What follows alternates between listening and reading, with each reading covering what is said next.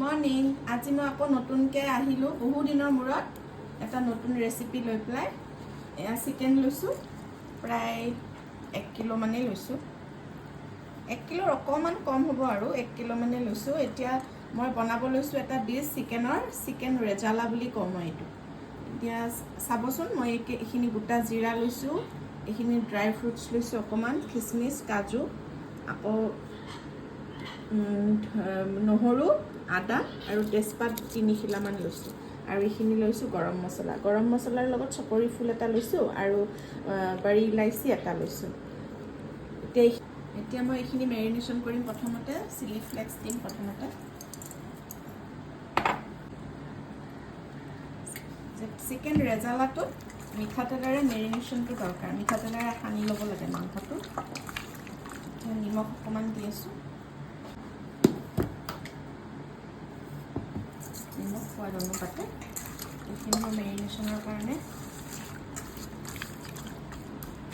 প্ৰায় 15 মিনিটমান থৈ দিম আৰু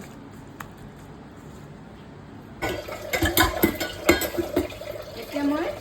মেৰিনেশ্যনৰ সময়ত মই মিঠাতেল দিছোঁ আৰু এতিয়া মই ৰিফাইন অইল ব্যৱহাৰ কৰিছোঁ বনাওঁতে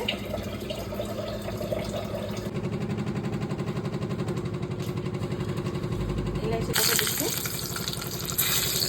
জিৰা গুড়িখিনি আৰু তেজপাত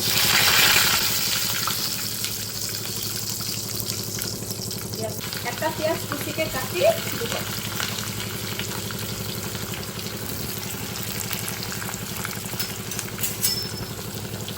এতিয়া মই এইখিনি ৰঙচুৱাকৈ ভাজি লওঁ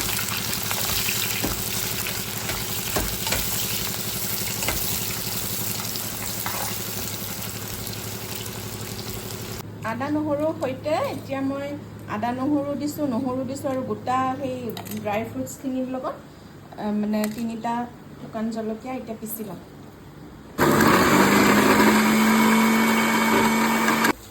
এয়া চাওকচোন পিঁয়াজখিনি অকণমান ৰঙচুৱা হৈছে গৰম মছলাখিনিৰ সৈতে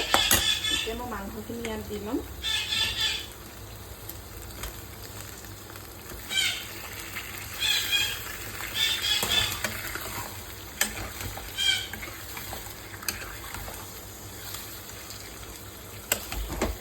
এয়া বটি লোৱা মছলাখিনি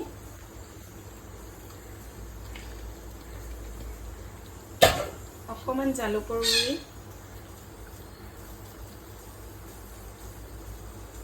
সোৱাদ অনুপাতে দিব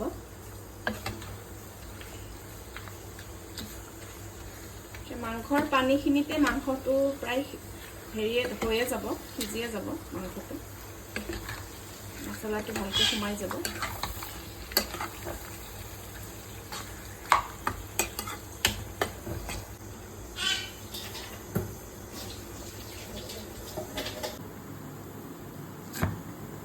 এয়া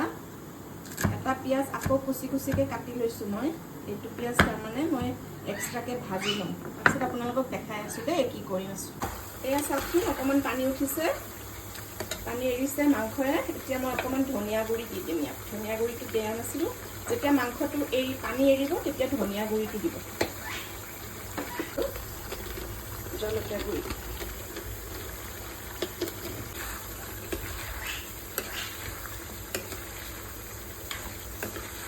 কেৰাহীত এতিয়া মই পিঁয়াজ দিছোঁ পিঁয়াজখিনি এক্সট্ৰাকৈ ভাজি ল'ম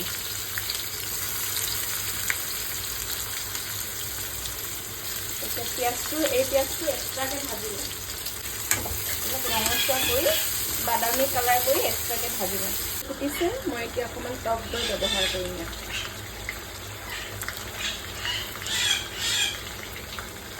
এটা বস্তু দিওঁ টক দৈৰ লগত বহুতে নিদিয়ে এইটো মই এইটো দিওঁ মই অকণমান দিওঁ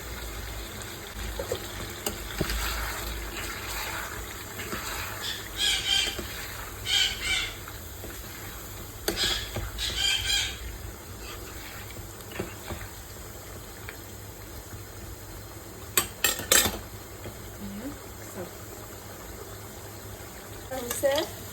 এতিয়া গেছ বন্ধ কৰিম এইটো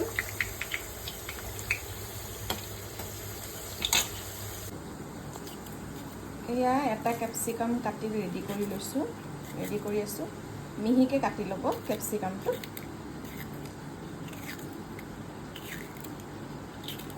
কেপচিকাম এটা মই এনেকৈ কাটি লৈছোঁ এয়া দেখিছেনে দৈ আৰু মৌৰখিনি দিয়াৰ পিছত মই আকৌ মাংসখিনি ভুনিছোঁ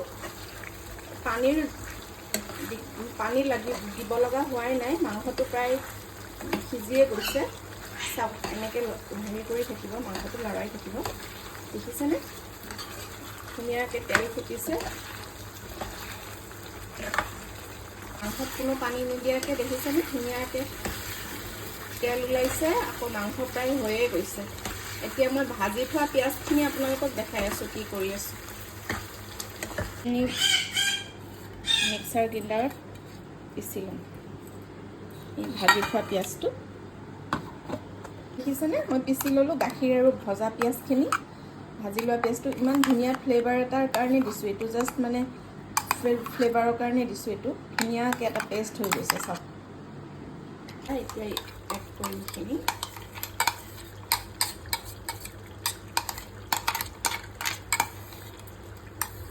এতিয়া এইখিনিৰ লগতহে মই অকণমান পানী মিক্স কৰি পানী ব্যৱহাৰ কৰিছোঁ গোটেই তৰকাৰীটোত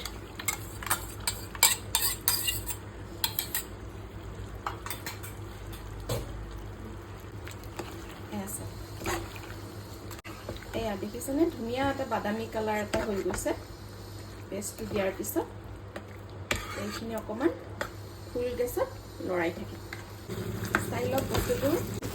এয়া গ্ৰেভিটো দেখিছেনে